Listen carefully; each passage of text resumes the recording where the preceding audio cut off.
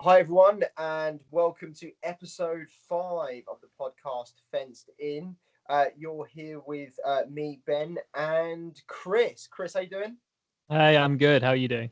Yeah, not too bad, not too bad. For our regular listeners, you should know a bit about us by now. Just to give you a quick overview, so we are both GB International foilists, good close friends, and also coach and student. So we decided to kick off this podcast a few weeks ago. Chris is the brainchild behind this, and we're enjoying it, aren't we? It's really good. We're now, as I said, into episode 5. I think lockdown week 6. I've kind of lost track. Weeks and days are starting to blend together. It's only my off days that tell me what what week I'm in now, but I think that's where we are, and it's starting to feel a bit challenging. I was thinking back to our episode yesterday, or episode from the other week yesterday about not having an end date in sight. Because although it's easy to talk about it sometimes, practicing it can be quite hard. Yeah, no, absolutely. And actually, Lucy, my girlfriend, turned on Boris Johnson's speech yesterday and kind of giving an indication that next week, after finding out those 5 key factors and knowing whether those will be met or not, and potentially the ease of lockdown is actually quite a scary thought, because for me it was something like, hang on, I'm in a routine now, I kind of get this, I'm used to this, and then the idea of change again is quite scary. But yeah, 5 or 6 weeks in lockdown has been challenging, but we're hoping that this is giving the fencing community out there the things that they need. Before we go into this episode in more detail, we just wanted to take a moment, because through the British fencing community, sadly, it was brought to our attention that Matthew Dickinson had sadly passed away. He was a high-level international épée fencer, and we just wanted to take a moment to recognise him, and obviously the fact that he had many, many close friends within British fencing. I didn't know him personally, and it was just really awful to hear. I know he's got a lot of close friends, and if those athletes around the community are struggling with that loss, then to get in contact with British fencing, because there is support for you. Yeah, that's very sad news, and fantastic that British Fencing are supporting in any way that they can. So people, please do get in touch with them. And if you're feeling something awful, and a very sudden loss and big shock to all of us. Yeah, and all of our condolences go to his family.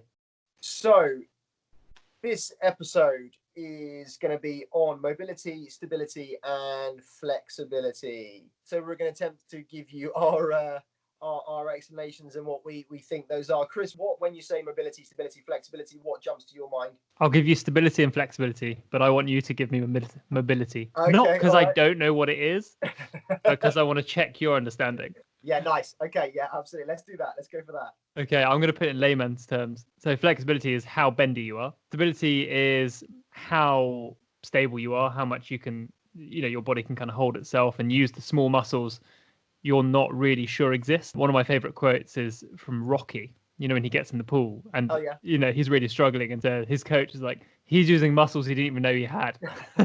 That's what stability is about. Stability and mobility works its way in there as well. But Ben, go on, your turn. Yeah, no, absolutely, and just so the listeners are aware, these aren't textbook answers that we're going to give you. This is our informed knowledge and experience, This is the and fenced in podcast textbook. this is, yeah, absolutely. And I would say that mobility incorporates the other two. So mobility is kind of your strength and your flexibility through a range of movements. So are you mobile effectively? Are you able to do a whole range of movements with a base level of strength, and being able to reach all the range within that mobility and that thing that you are doing? So whenever you're given physio exercises, these are the things they cover. It's all about mobility, Mhm. stability, and flexibility. So if you have any of those to do at home, your chances are you're doing a good job already. But there's always more. I've always come back from the physio with more exercises to do and end up working those into my routine. That's half of what my gym session is actually. Is just Yeah, trying to yeah. keep things away by doing these things, and they often involve resistance bands or standing on one leg or trying not to fall over. Yeah, I call them circus skills. They are things that are very good for the circus, but also incredibly good for any form of sport or activity. The way I kind of look at this, I suppose the best way to describe it is, you see some people do massive lunges, throw themselves a huge lunge, and they've got such incredible range in their hips. They can lunge for days, but then they land on the lunge, and they end up kind of falling over, wobbling a little bit, having to catch themselves with the opposite hand.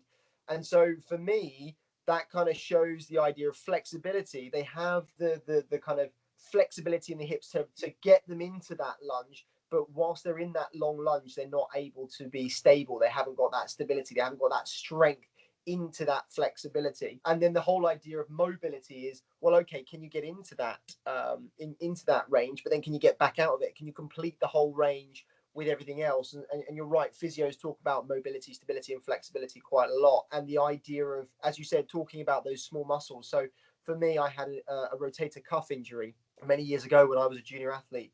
And I was finding that on my sword arm, whilst making extensions, I was getting chronic pain in most of my shoulder. And it would just so happen that when I spoke with the physio, the stability of the actual joint itself wasn't good. So all those small muscles that suck the joint in together to keep it nice and strong just weren't strong. So a lot of the big power movement muscles were taking over, and they were getting extremely fatigued and then causing chronic pain. So the idea of getting joints stability, the idea that, for example, whilst doing a lunge, the front knee dropping in and that actually potentially giving damage to the knee joint is because the glutes aren't strong enough to be able to keep the knee stable through into that lunge. So again, talking about stability there. And have you found that that's often more on one side of your body than the other?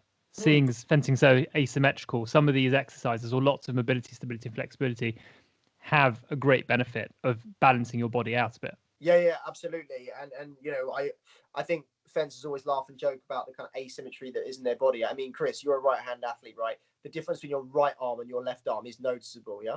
Definitely, my left arm is smaller and my left leg is smaller, which always surprised me because, as a developing fencer, everyone talks to you about loading up the back leg as a spring, but really it's your front leg that bears the impact of the lunge. And again, that's something else that really builds up the muscles and, pushing back off of that. So I used to be quite surprised that my right leg was bigger than my left, obviously Yeah. being a right-handed fencer, because I always thought that logically it should be the other way around, and it's not the case at all.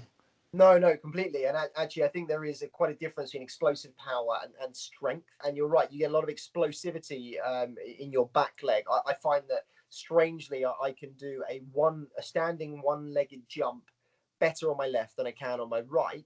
But I can lift more with my right leg than I can my left. So there's an idea of when you've propelled yourself into the lunge, your front leg catches that lunge and not only catches it, but obviously pushes back off to retreat out of the lunge again on the recovery. So you're right. There's lots of different things that kind of all come into this, but with the whole mobility, stability, and flexibility, we've kind of spoken about what it is, but the benefits that we've briefly touched on, the idea of laying strong foundations. So I really wish when I was younger I'd had strength and conditioning coaches or coaches around me that had really helped me with that kind of base layer of strength through my whole body, because actually it may have stopped me from getting that shoulder injury when I was younger.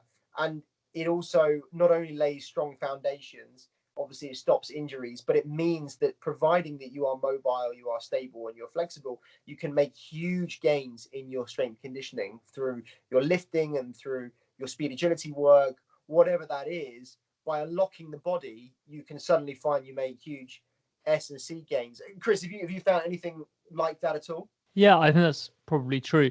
Going back to your point on wishing you in this much earlier on, I agree. Same with me. I wish I'd known more about general conditioning, training, the muscle groups that are important for fencing, and kind of how mobility, stability, and flexibility play a part. Whether big S&C gains, that's a very interesting one. I'm not really sure about for myself, only because I haven't really been able to measure it. I haven't probably kept detailed enough note, but there's no doubt that I'm a stronger, fitter, more stable athlete than I was 3 or 4 years ago before I was doing a combination of heavy lifting and my exercises for mobility, stability, and flexibility. We need a shorter term for that because it's Yeah, going to be we a do. It's mouthful every time we mouthful. mention it. What's interesting as well is fencers probably will be doing some of this stuff as part of warm up for fencing that without necessarily think about it. So you've got dynamic stretches and static stretches, combinations of those, and then leaps and jumps and things that activate different muscle groups. They're part of those as well. I mean, how have you found S&C gains? How have you found incorporating this? What does this really mean for fencers, and how can people do it? Yeah, I think that you're spot on there. Really, I found that with doing all three of these things, they've helped me massively. So, for example, when I was a younger athlete, I just found my lunge wasn't very long. And I remember one of the senior athletes telling me that I had not got much range in my lunge. And so I spent a long time getting to training, potentially half an hour, 45 minutes earlier, just to work on my flexibility. And that was lots of stretching for long periods of time. So that was stretching 30 seconds or above, and really being quite resourceful with the stretching. So going out on the internet and finding new ways to stretch your hips and things like that to really open up all of that area to give me a lot of range in my lunge. That massively helped. But then obviously with that extra reach in my lunge, I had to make sure that I was stable and that I was landing correctly, and that with the added push that I wasn't damaging my front knee. And so I had to work on my glute strength and those kind of things. And so I quickly found that, as you just said about warming up and cooling down, is that not only can flexibility be incorporated to both warm up and cool down, but things like activation, which really help the idea of stability. So at the moment in time, a key thing for me is to do many glute bridges before I start doing any form of fencing activity, because the idea that obviously the nervous system is intrinsically linked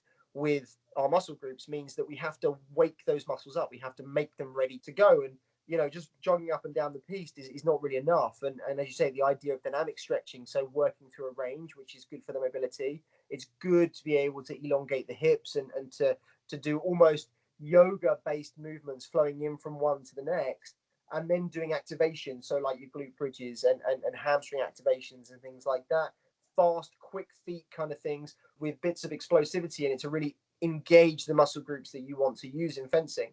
And I think I found by having the access to the hips, I could squat better in my S&C. So I went from being able to squat a certain amount to more, just because I had more range. So therefore I was making the whole muscle stronger through the range in the squat. And actually, by having more mobility in my shoulders and stability, meant that I could start doing more power-based exercises like my clean and jerks and my snatches, where I could drive the Olympic bar above my head and catch it in a really strong position to increase my power. So you've mentioned a few things there, which is really great. But just as a really quick, concise summary of what you've just said to help listeners at home, what do you think are the key muscle groups to focus on when doing this stuff? I'm not talking about S&C, but the stuff people can do at home for mobility, stability, and flexibility. What do you reckon are the muscle groups that are important to activate and work on? So I think that the most people don't really understand the idea of posterior chain, and that's one of the things that I worked on. So that's a lot of what's basically behind you. So that's obviously your lower back, your glutes, your hamstrings, your calves, that kind of stuff. It's amazing how much, and what I was speaking to one of my former S&C instructors about this. It's amazing how much horizontal power we can get by working on posterior chain. And actually glutes, which is basically a butt muscle, is a massive one for fencing. It's one of the biggest muscles in the body, and to make that really strong is good because it makes you stable on a lunge, and it really adds that horizontal transverse of power that we need on that lunge. Obviously the front hamstring takes a huge amount of load on the lunge and the catch. So I actually had a little bit of tendinopathy, which is basically a repetitive strain injury in the top of my hamstring. So I had to work very hard on making my hamstring strong, but by making it strong, not lose the flexibility, because when we do strength work, if we don't stretch appropriately afterwards, we can end up shortening the muscle as it gets stronger. And so it had to be a good balance of strengthening that muscle, but also making sure it was still mobile, it was still flexible, so I could still have that good range. And of course, if your quads start to get tight as well, you lose power by having tight muscles. That's the thing. So I need to understand that by doing foam rolling regularly, it actually helps the muscles to smooth out after being damaged on a long training session, and actually allows the more range in the muscle, which means you don't actually lose power. So a lot of kind of hip based stuff like adductors, the insides and the outsides of your legs are hugely important as well. If they're tight, you lose range on your lunge. And even the idea of having a really tight IT band which runs down the side of your quad can be very uncomfortable and can actually cause a lot of hip impingement problems as well. Yeah, and those some of the areas that people struggle with most, and also that forget, because it's a funny combination, isn't it? Because there are fencers who know about this, and they're the ones you will see kind of they almost live on a foam roller, Mm. and they focus on kind of calves. Ankles is another one, but obviously you can't really roll your ankles, but your calves and your ankles are linked. So if you've got tight ankles or kind of issues down there, it's often linked to your calf being really tight. Once you loosen that up, everything goes a bit better. So as you said, calves, quads, glutes, adductors, and things around the outside, and lower back as well. Those are all really, really big areas. And unfortunately, what ends up happening is a lot of the time you don't become aware of some of these issues or things you need to work on until you get an injury. Yeah. No, absolutely. And I think you're right there. And one of the things that I found is, again, I had a bit of tendinopathy on my back left Achilles tendon. And you're right, that came from what I thought at the beginning, a lot of tight calf was causing the problems there. And actually, what I had to do was I had to do a huge amount of loading on that tendon to make the tendon actually stronger, because it was taking so much abuse from training daily. It wasn't able to do load. So I had to do a lot of isometric holding and loading of the tendon to make it really strong and really firm. But by doing that, actually, what the problem was caused is that my plantar fascia, which is the arch in your foot, became really tight. And so I was getting huge pain in my feet. And I was like, well, how am I getting pain in my feet? So suddenly I was introduced to the idea of a trigger point ball. And it was something that you had to kind of sit your foot on and roll your foot over this ball to really alleviate the tension that builds up in your plantar fascia. And actually that eased off a lot of tension in my Achilles whilst it was becoming stronger. And I suddenly realized that my change of direction, my springiness became so much better, because A, I wasn't in pain anymore. B, I was then stronger and I had more range in my ankle. Chris, you made a great point about the idea that it's very hard to kind of, I say, massage your ankles, so to speak, and it's all the surrounding muscle groups. But again, speaking about stability, we've all seen these wobble boards that we can stand on. And the idea of getting on one of those and making your proprioception better, making your body aware of space and time and how it's reacting. You get all of these small muscle groups in the ankle strengthening by actually just doing that stability work. And you'll often see high level international athletes doing almost, again, what look like circus skills. They're on a board, they're being thrown balls, having to return the balls, all this kind of stuff, because what it's doing is it's making their body able to get very strong through many ranges, but also adapt to very quick changing circumstances. And so we've all seen a lot of that. And I think one of the masters of flexibility and stretching has to be Richard Cruz. I mean, anybody that's visited the National Centre can see that Richard often ends his training session by finding a wall somewhere and putting his legs up against the wall with his back on the floor, and then arcing his legs over and almost doing what looks like the splits against the wall, just to get so much range through the hips. And as a tall athlete, for him to have so much range through flexibility, becomes a very, very dangerous athlete. Yeah, and that's really, really helpful to know. And often people can be unaware of the impact that all this work can have on their fencing. Because ultimately, the reason we're talking about this and anything that we're talking about is to benefit people's fencing, right? So obviously we're not in any sales now. We're not actually doing any fencing. But when we get back to it, incorporating this stuff into warm-ups and, really importantly, warm downs. And when people kind of talk about not feeling warm enough and not being in the zone, half the time it's because some of those muscle groups haven't been activated, they haven't warmed up properly. And some of that is to do with not working at, all the right areas in your body. And something I became aware of, actually, it was only at the start of, I suppose, I still call it this season, even though the season's effectively over, is, we spend so much time focusing on our legs, which is amazing. There are two stages. So quite a few years ago, I started focusing much more on the upper body and, the other groups that we find really important. So, forearm and shoulders and neck. But the other one is to do with the fingers. Fencing is a precision sport, no matter what weapon you do. And that we have a lot going through our fingers. I don't know about you, but I've actually got one finger that's kind of started to, over the years and years and years, started to kind of twist round because of the way I hold my foil. I've got a hand like Gollum. It's awful. It's really nasty. But I looked up what violin players do to warm up their fingers, for kind of 15 minutes before, and incorporated that into my warm up for training and for sparring. Not for sparring, but for competitions, and found that to be really, really, really helpful, because suddenly your hands are ready as well, and you're like, oh great, okay, I actually, I'd have to start waking up my fingers unless it's really, really cold outside in the height of winter. Even then, you're just ready to go. No, completely. And I'm so glad you mentioned that, because that was something that I remember when I walked into the National Centre one day, back when we had the world class program. We had Pierre Guichot, who's he's a French coach, and he was over coaching the Sabreurs.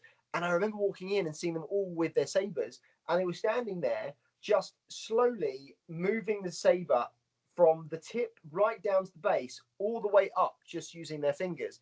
And I thought that was an incredible piece of activation, because as you just said, Chris, you're activating the fingers, and you're constantly threading the blade up through the fingers, and with obviously quite a little bit of weight, so it causes resistance, and all of those ligaments and tendons and small muscle groups in your forearm immediately wake up, and suddenly the hand is ready to go. And for any precision weapon like we're talking about, that is hugely important. And it was amazing to see such an eye opener.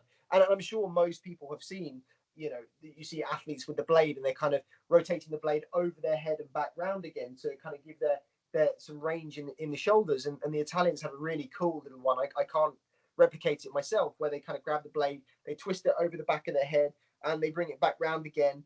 And it's a whole sequence they do just to help mobility in their shoulders before they start fencing, and to warm those groups up. And Chris, like you said, what can we be doing now? Well, we have all these basically bands are your friends. These big elastic bands that we see, they are your best friends. Go on Amazon, buy them. They cost only a couple of quid. And the idea of using those to start warming up smaller muscle groups and activating smaller muscle groups is really important, because if we want to be at our best when we get on the piste, not only does the mind have to be warm, but the body has to be warm as well. And by making sure that you're stable, mobile, and flexible and ready to go. But you don't just become flexible overnight, and you don't just deliver your top flexibility whilst on the piste. You have to be warm, and those muscle groups have to be firing. And as you've said, it's a long-term goal. I never used to be able to touch my toes, never mind the floor. And now I can really kind of put the palms of my hands on the floor, which is something I never thought I'd be able to do, which is amazing. And as you've said, this, for this to really be beneficial, I mean, you can start seeing gains immediately. You'll feel better, you'll feel looser, but you don't have to do one massive stretching session. You can do a little bit every day.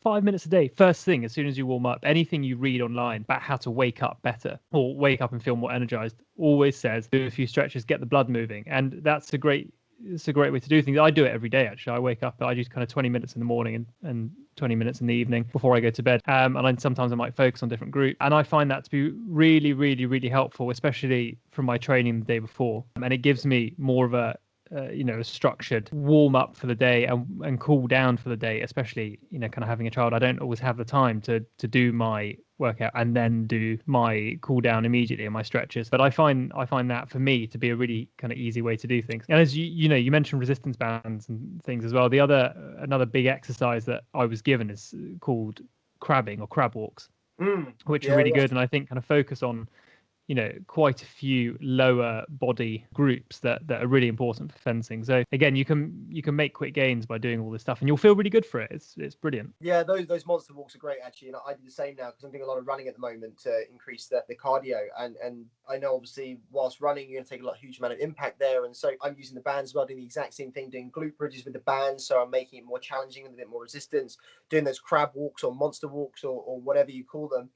Which is being down in the quarter squat and moving side to side with the band around your ankles, and activates the glutes and things like that.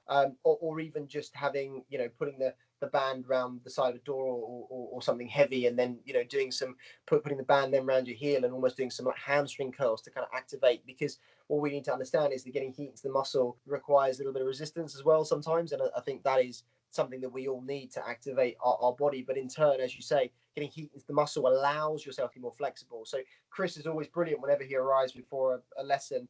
He's one of my students that always focuses on his warm up and making sure he does it at least, even if he's running a little bit behind, which is rare, always does 10 minutes of really good warm up. And obviously, if everything has favoured him that day, obviously it's much longer than that. But again, even after the lesson, even if it's late at night, he's doing his stretching as a cool down. And when the muscles are really nice and warm, that's the time when you can really make those gains in the flexibility. And right now I've been doing a lot of yoga myself. I find that not only, as you say, getting up in the morning and doing like a bit of a routine, a body activation, has really good for the mind. It makes you feel really energized. And I think people need to understand that both a kind of warm up activation before activity is not only a physical warm up, but it's also an emotional and mental warm up too. The same way a cool down is a way to just kind of bring the body slowly down after activity, whilst obviously making sure that you're getting all of those gains from the ability, the flexibility and stability. And I think what's key to understand is that a lot of the stuff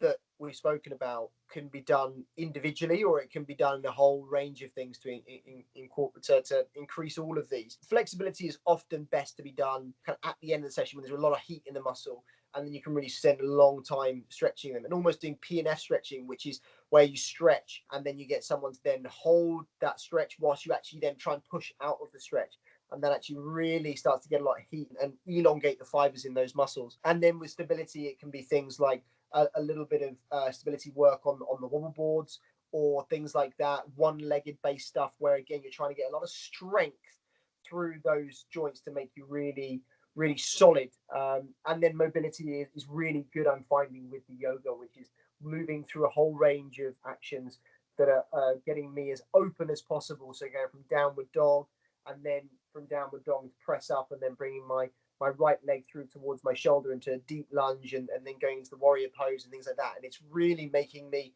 mobile, able to change and move into these range of movements really deep, and I'm feeling a nice burn in there as well. So there's lots of things you can be getting on with, but I've learned most of this myself actually through the physios that we have.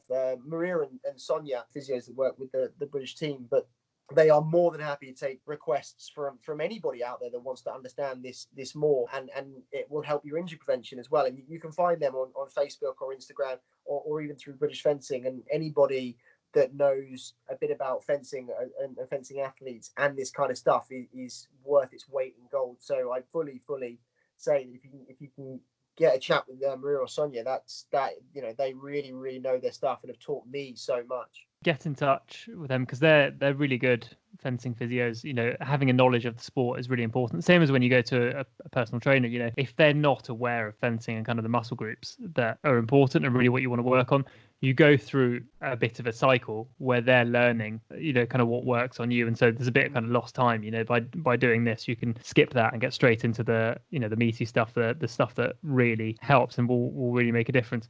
But like we said as well, if you're not looking for anything that's that detailed or that in depth, this will obviously be great. But if you're not doing anything, there are gains to be made all over the place. Do something. Do like 5 minutes a day. So we said earlier, kind of little and often is better than kind of doing huge sessions in one go, because your body gets used to it, and that's how it kind of gets into better habits. And then eventually, you'll be able to kind of add time on. If you start by doing 5 minutes, you'll be able to do kind of 7, 8, 10 on a daily basis, and kind of see how you go. But that I think is a really positive way to move forwards. No, I agree completely. And actually, you're right. Do your research right now while in lockdown. Spend that time in the morning going through a routine. But also, I say, go out there and see what you can find. There's a really good book called Yoga for Athletes that I've got. I will put the name in the link when we post this. And it's helping me hugely. I'm really learning it a lot and enjoying that. So I will put that in Facebook post or whatever we put on. And if you're lucky enough to live by sand or be in lockdown by sand, sand is really good. Beaches are really good for all of these things, because it's a surface on which your body isn't comfortable, and that's why running on sand is so hard. It really is very tough, and yeah. It's unstable. It's great for strengthening those joints, or even just causing resistance if you're doing any kind of, say, crab walks or things like that. We did one with when you're right. That's great. Actually, we used to train at Lee Valley Athletic Centre. There used to be a sand pit there, and to good ankle stability and for strength actually in the feet and things like that. We go in the sand and we do toe curls to really grip the sand to really help strengthen all those little joints in the feet and the ankle joints. And what's really good is a lot of what we're talking about will lead nicely onto next week when we go into more detail about strength conditioning that can be done for fencing athletes. That's great. Just on that note, use clean sand. If you're using sand, use a sand pit that your child is playing in, or actually, which I have. We've got a sand pit in the garden, which is fantastic. But don't go to your park and use like the dog litter sand. Yeah, that's true. A little disclaimer: make sure you're using clean sand. Absolutely. Yeah, especially at the moment. This do things that are corona friendly. Yeah, very true.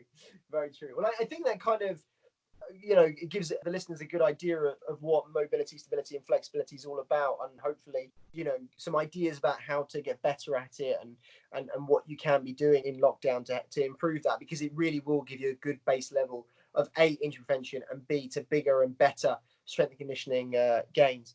But again, we kind of leads us nicely into the next part, which is answering questions, a new part to the podcast. We've asked people to get in contact, and actually, I've been very fortunate. We've been very fortunate to have been in contact by Keith Cook. Keith, he has been a long-standing team member with me, and Keith and I go back a long way. I've always looked up to Keith as he's almost been like an uncle to me in the fencing community. And actually, Chris, you've been on the team with Keith as well. Yeah, he was on the Commonwealth team with me. God, was it 2018 already? It was already kind of a year and a half ago. That's in Australia, which seems crazy.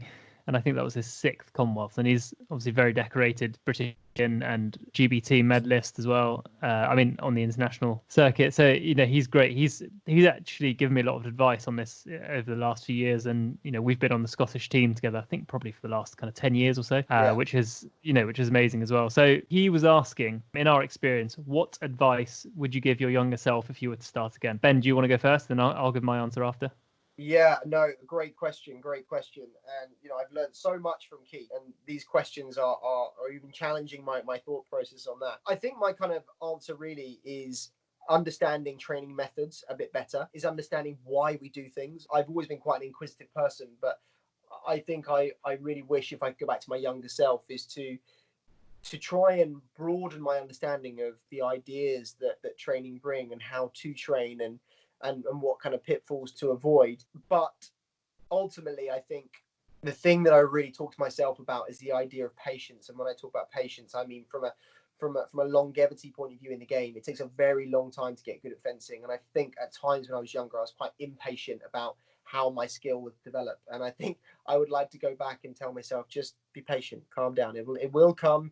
These things will develop. They will happen. It takes lots and lots of experience and lots of hours of doing this in order to achieve that. And I think for me personally, the idea of also working on psychology from a younger age would have been hugely important, because it would have given me the idea of patience, would have given me the idea to be even more inquisitive about training and keep learning and have a learning mindset towards everything I did, trying to soak up every ounce of training methodology, and the understanding that keep going, this will happen eventually. These skills will embed themselves, and trying to really understand that this is something that takes a long time to get good at, and actually that I'm better to learn and make myself better than worrying about everything else that's going on around me. They're probably the things that I would tell my younger self. How about you, Chris? That's a great answer. I would start along the same line. So about knowledge of training, if I were to start again, would want to know more about being kind of an athlete and athletic ability before being a fencer. So not necessarily taking away from the fencing, but kind of maybe doing a little bit less fencing and kind of doing more to build up my body to be more balanced, to be stronger in the right places, to avoid some of the unnecessary injuries that I had down the line, and drawbacks and challenges that I encountered. Another thing would have been, I'm being cheeky here, I'm putting in 2 answers. The other thing would have been to compete abroad at an earlier stage. And I don't mean it would have been a high level, but I don't mean kind of aiming for FIE at an earlier stage, but I mean competing in France much earlier. I only competed in France for the first time this year, I think back in January, which I loved, and it was amazing. And I've wanted to do it for years and years and years. And there wasn't really a reason for me not to do it, except that sometimes the competitions I looked at and wanted to do clashed with some of the ranking events in the UK that I felt like I needed to do. So that's always a hard balance. But there are so many on. And my dad lives in France. And there's one, especially that's about an hour from him, which is Valence, which is quite a big one that I've always wanted to do. But unfortunately, that always clashes. Now it clashes, I think, with the Lyon Ball Open. But I did one in January, and it was just so amazing. You see so much. You become so much more aware of different styles, what works, what doesn't, mentality, mindset. And the French circuit is very, very tough. And it doesn't have to be the French circuit. The people at my club, Saxon, gone to Germany to do the old competition, or they've gone to other parts of Europe, some in Italy, some in Spain. And I just think the knowledge you gain from those kind of competitions, you get so much. It's like the first time you go to a satellite, you suddenly become aware of things, and you're like, oh, right, that's it. It's kind of, light bulb moment. Yeah, completely. I think, yeah, you're spot on there, Chris. I think that young athletes need to understand, get out there as early as you can, get as much exposure, because again, it helps that knowledge and that understanding. And I think that, they need to understand that the transition between juniors and seniors is very, very difficult. And there is the under 23 circuit, and that is something that everybody should be kind of taking on board. And as you say, even if it's just foreign domestics, the French scene is hugely strong. And I agree. I think that's something they probably told my earlier self as well to do more of. I was very fortunate to do some of those things, but even more would have been great. So I completely agree. And you're right. Getting nice and strong as well is always going to make the body more resilient to this kind of high level of training that people, I'm sure, one day want to get to. So yeah, I think what this does is just leads us nicely onto next week's podcast, and that episode is going to be on strength and conditioning. Very important. There's lots of lack of information. That's not a very good sentence, but there's lots out there that people don't know about S&C. And I've been very fortunate to have been coached by you. You've put together a training program for me, combined with stuff that I've learned on my own. But if that's another thing, if I'd known that much earlier on, that would have been really, really beneficial and ties in with some of the stuff we've spoken about, which is brilliant. And so, yeah, we'll be talking about that next week. And again, if there's anything specific you want to know or kind of what you can do in lockdown, again, muscle groups or anything, we'll be covering some of that. But if people have specific questions, that would be great to get in touch about, which you can do on the Twitter account, which is at Fenced In Podcast, or you can send Ben and myself a message, or you can touch on with me on Reddit. And yeah, so they're just you can get in touch however you like. And I think we're on a few platforms as well, aren't we now, Ben? Yeah, we're on a few. So we got Google, Apple, Spotify, even on YouTube now, Chris. You got us on YouTube and on Transistor as well. So there are platforms. So subscribe if you, and as Chris said, please get in contact. You can get in contact with either of us. I have my Instagram account and my Ben Pegs fencing page. So please do get in contact, or send us a direct message at the Twitter account, which is at Fenced In Podcast. We would love to hear from you and kind of see this episode as kind of your foundations laid for next week when we get big and strong at home. Yeah, definitely. Sorry, I didn't mean to leave off your social media profiles. I'm not on social media, so I forget that they exist. No, don't be. It's not a problem at all, Chris. Yeah, I unfortunately spend too much time on social media, so I really wish I could follow in your footsteps sometime and rein it in a bit. No, I don't know. You look very good on there. I saw that you posted loads of pictures about a trip to Cape Town last year, which I think was visiting us, wasn't it? It was actually. And do you know what? I didn't mention you because you're not. You're not on social media as much as I am. But yes, those trips that we went to South Africa were fantastic, and they were all to go and see Chris and his family, and we had a fantastic time together, didn't we? Yeah, it was fantastic. Anyway, if you want to see those, well worth looking at, check them out on Instagram. Until then, I think that's it from me. That's it. We're going to sign off. See you later, guys. See ya.